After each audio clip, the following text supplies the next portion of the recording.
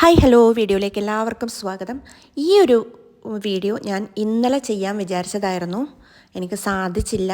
കാരണം നമ്മുടെ മുന്നിലൂടെ കടന്നു പോകുന്നത് മുപ്പട്ട് വ്യാഴവും മുപ്പട്ട് വെള്ളിയാണ്. അപ്പോൾ മുപ്പട്ട് വ്യാഴത്തിൻ്റെ വ്രതവും പൂജകളും കർമ്മങ്ങളൊക്കെ എനിക്ക് ഉണ്ടായിരുന്നത് കൊണ്ട് എനിക്ക് ഈ വീഡിയോ ഇന്നലെ ഇടാൻ സാധിച്ചില്ലായിരുന്നു. അപ്പോൾ വെള്ളിയാഴ്ചത്തേക്ക് പ്രത്യേകിച്ച് ഈ ഒരു വീഡിയോ എല്ലാവരിലേക്കും എത്തണം എന്നുള്ളത് കൊണ്ടാണ് ഇന്നലെ ഇടാൻ വിചാരിച്ചത്. പക്ഷേ സാധിച്ചില്ല. പ്രാർത്ഥനകളും ഒക്കെ ഉണ്ടായിരുന്നു. എനിക്ക് മുപ്പട്ട് വ്യാഴം ഞാൻ എടുത്തു. അതിൻ്റെ പ്രാർത്ഥനകളും കാര്യങ്ങളൊക്കെ ഉണ്ടായിരുന്നു.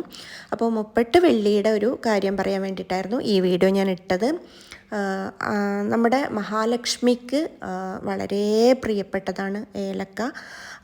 അപ്പോൾ ഈ നമ്മളെല്ലാ കാര്യങ്ങൾക്കും എന്തിനും നമ്മൾ യൂസ് ചെയ്യുന്ന മധുര പലഹാരങ്ങൾ ഉണ്ടാക്കാനും അതുപോലെ പാൽപ്പായസം ഉണ്ടാക്കാനും ഒക്കെ ഈ മുപ്പട്ട് വെള്ളിയിൽ ഈ ഒരു ഏലക്ക കൊണ്ട് നമുക്ക് വളരെയധികം പ്രയോജനപ്പെടുത്തുന്ന കാര്യങ്ങളാണ് ചെയ്യാനുള്ളത്. കാരണം മുപ്പട്ട് വെള്ളിയിൽ നമുക്ക് അഷ്ടലക്ഷ്മിക്ക് പാനകം അല്ലെങ്കിൽ പാൽപ്പായസം വെക്കണം.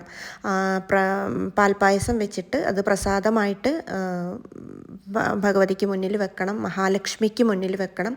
അഷ്ടലക്ഷ്മി അഷ്ടകവും അതുപോലെ അഷ്ടകം പാരായണം ചെയ്യാൻ പറ്റിയിട്ടുണ്ടെങ്കിൽ അത്രയും ഉത്തമം. നിവേദ്യമായിട്ട് നമുക്ക് പാൽപ്പായസം തന്നെ വെക്കണം. മധുര പലഹാരം വെക്കുന്നതിനേക്കാളും നല്ലത് പാൽപ്പായസമാണ് മഹാലക്ഷ്മിക്ക് ഏറ്റവും പ്രിയപ്പെട്ടത് എന്നാണ് പറയപ്പെടുന്നത്. പിന്നെ അതുകൂടാതെ നമ്മൾ കർപ്പൂരം ഇച്ചിരി കത്തിച്ച് അതിൽ ഈ 2 ഏലക്കായും അതുപോലെ ഗ്രാമ്പുവും ഇട്ടിട്ട് പൂജാ സമയത്ത് നമ്മൾ പുകച്ച് കഴിഞ്ഞാൽ അത്രയും നല്ലതാണ്. അല്ലെങ്കിൽ നമുക്ക് എല്ലാവർക്കും പ്രിയപ്പെട്ടതാണ് ഏലക്ക. എല്ലാവരും എന്ത് കാര്യങ്ങൾക്കും യൂസ് ചെയ്യുന്നതുമാണ്. അതുപോലെ തന്നെ പൂജാതി കർമ്മങ്ങൾക്ക് വളരെ ശ്രേഷ്ഠമാണ് ഏലക്ക എന്ന് പറയുന്നത്.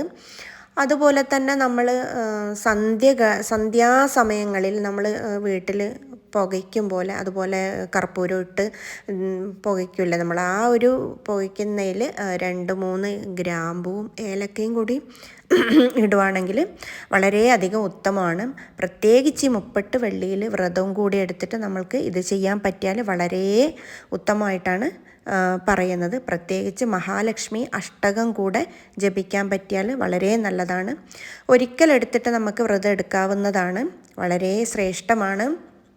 നമുക്കുള്ള സർവ്വ ദുരിതങ്ങളും ദാരിദ്ര്യങ്ങളും മാറിക്കിട്ടും. പ്രത്യേകിച്ച് ഇപ്പോൾ അധികം നക്ഷത്രക്കാർക്കും 7.5 ശനിയും കണ്ടക ശനിയൊക്കെ കടന്നു പോകുന്ന കാലമാണ്. അപ്പോൾ അതിലൂടെ വളരെ ബുദ്ധിമുട്ട് അനുഭവിക്കുന്നവർക്ക് ഈ ഒരു നാമജപത്തിലൂടെയും പ്രാർത്ഥനകളിലൂടെയും അതുപോലെ വ്രതങ്ങളിലൂടെയും ഒരുപാട് ഗുണം ഉണ്ടാവും. അതാണ്.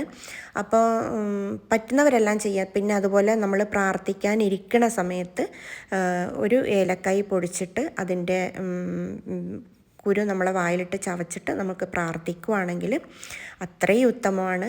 ഈ മുപ്പട്ട് വ്യാഴത്തിലും വെള്ളിയിലും ഏലക്ക ചേർന്ന് എന്തെല്ലാം നമുക്ക് ഉണ്ടാക്കാൻ പറ്റുന്ന പാനകം, പാൽപ്പായസം അതുപോലെ നിവേദ്യത്തിനുള്ള സർവ്വതിനും നമുക്ക് ഏലക്കായി ചേർത്തിട്ട് നമ്മൾ ഉണ്ടാക്കി കഴിഞ്ഞാൽ അത്രയും ഗുണഗണങ്ങളാണ്. മഹാലക്ഷ്മി അഷ്ടകത്തോടെ നമുക്ക് ചെയ്യാൻ പറ്റിയാൽ അത്രയും ശ്രേഷ്ഠമാണ്.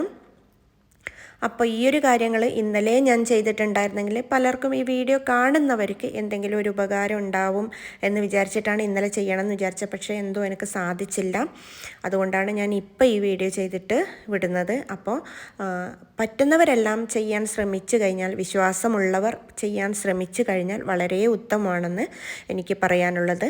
അപ്പോൾ വീഡിയോ ഇഷ്ടമായാലും എല്ലാവരും ലൈക്ക് ചെയ്യുക, ഷെയർ ചെയ്യുക, കമൻറ്റ് ചെയ്യുക. Okay, bye bye.